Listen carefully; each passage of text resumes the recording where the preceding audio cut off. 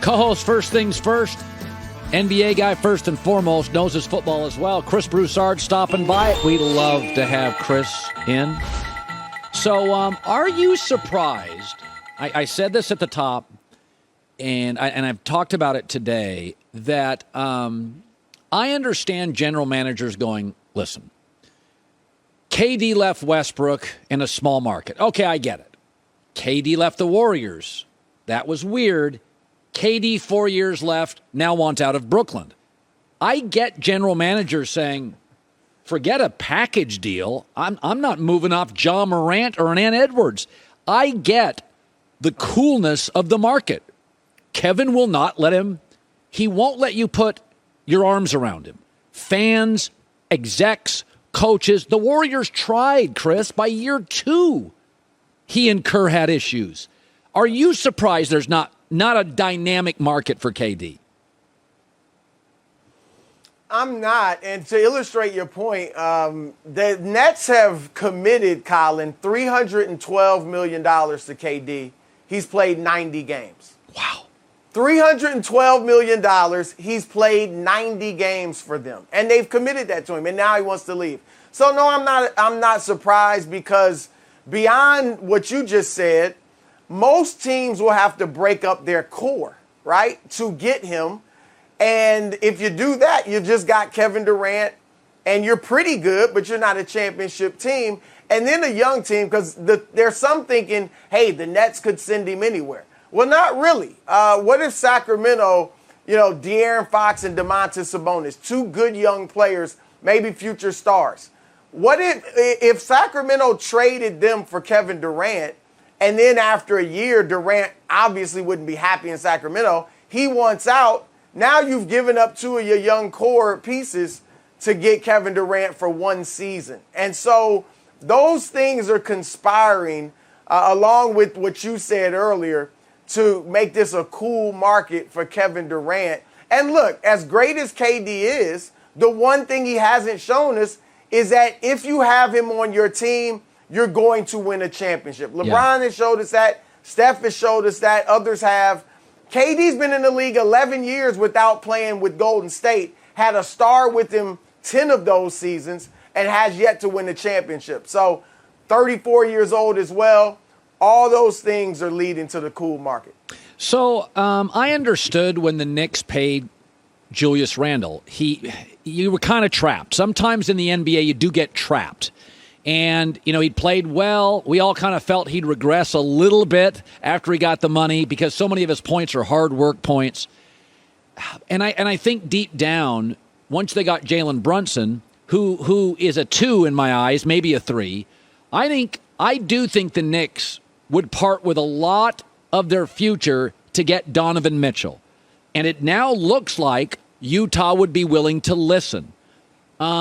Give me a little insight on the Knicks here, because Brunson is a nice player. Donovan's nice plus. Do they have the assets to get Donovan Mitchell from Utah, in your opinion, and do they want him? Well, they definitely would love to have him. They could offer R.J. Barrett. They've got 11 first-round picks over the next 7 years.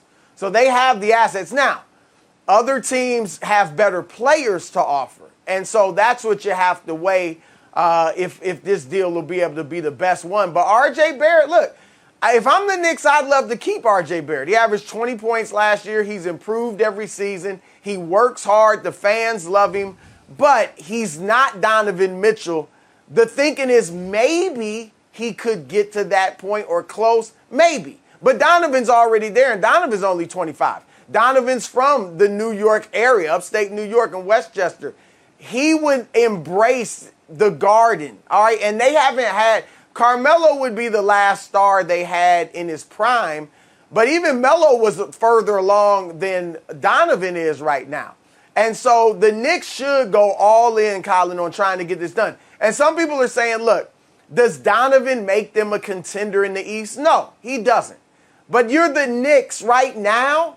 You would take being a team that maybe gets to the second round every season, a team that can win 50 games, like what Utah was. Were they a true contender? Probably not.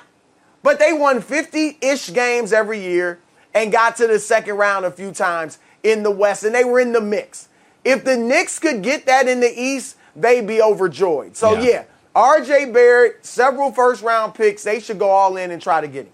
I want to ask you about Miami because there's a report today, and if you look at the last 20 years in this league, there's a compelling argument that Pat Riley has been, like Nick Saban, the best recruiter in his sport. Now, Miami's got a lot to offer. No state tax, warm winter weather.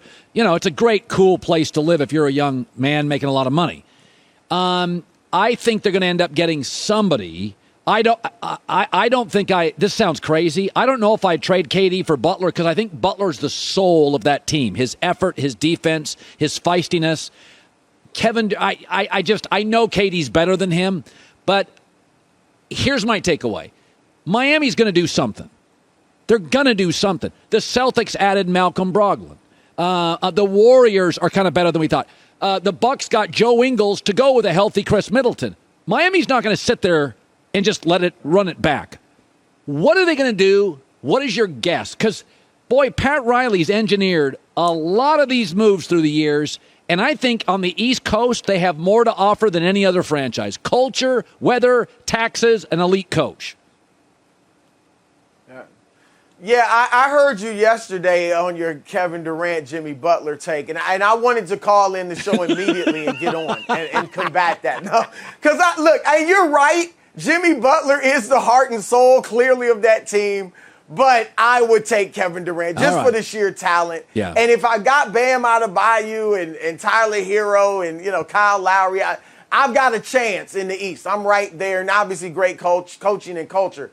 But I don't know how they get Durant, right, without breaking up the core again, as we talked about. And him by himself isn't enough. They have to do a 3 or 4 team deal for that. They may have to do a 3 or 4 team deal to get Donovan Mitchell. But the point is this. If I'm Miami, I keep in the back of my head KD. But I'm really zeroing in on Donovan Mitchell. Okay. Because I think you have a better chance of getting him without breaking up the core. Tyler Hero would have to go.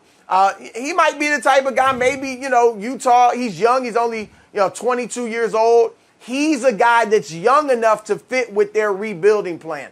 And so try to do that because if you what was their problem last year? It was that they lacked the overall talent of the rest of the real championship contenders. Especially offense. Especially when it came to scoring the basketball. Absolutely. They had Jimmy Butler and that was it. Other guys could get hot here and there. You get Donovan Mitchell in there. Now you're all the Heat culture, the great coaching, the defense, plus you got 2 legitimate scorers in the postseason. Oh, that's the move for Miami. I don't know if they can pull it off, but that's got to be what they're zeroing in on. All right, finally, Chet Holmgren, I think, is every year there's a player in the draft, whether he's the best or not, he's the most fascinating. Zion was the most fascinating because of his weight issues, because of his injury. So Chet Holmgren's fascinating. What are your sources saying on him? Because we've seen a little bit of everything in the summer league. What are your guys saying on him? Well, look, people like his skill. Some people are, I don't want to say stunned because obviously he was scouted not only in college, but they saw what he did in high school. But his skill set is pretty eye-popping for a guy that big. I mean, the way he handles the ball, obviously he's a great shooter, and he's going to block shots. Don't just say, this is summer league. No, he's going to block shots in the NBA. He'll always get bodied, at least for the next several years. He'll get bodied. You saw the kid, Kenneth Lofton Jr., body him. That'll happen, but he's still going to block shots, and offensively, he's going to do his thing. I don't think he steps in next year and averages 20, but I see a guy that eventually is a star, puts up big offensive numbers, and blocks shots. And so this was a great move by Oklahoma City. And look, Orlando, though, Paolo Banchero looks great, too. Yeah. I don't know that they made a mistake. And what I liked about him, Colin, because I was skeptical. I had Smith and Holmgren ahead of Banchero going into the draft.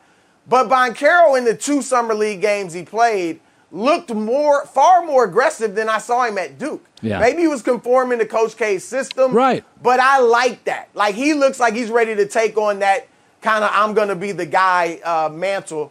And so I think both Orlando and OKC did great in this draft. Yeah, that's actually a great point. Banchero, the old joke about Jordan, the only guy to keep him under 25 points was Dean. Sometimes you come from a really strong culture, and it's team over guy, and that's legitimate. Coach K makes you play defense. It's about team. It's about depth. All right, Chris Broussard, good talking to you, bud.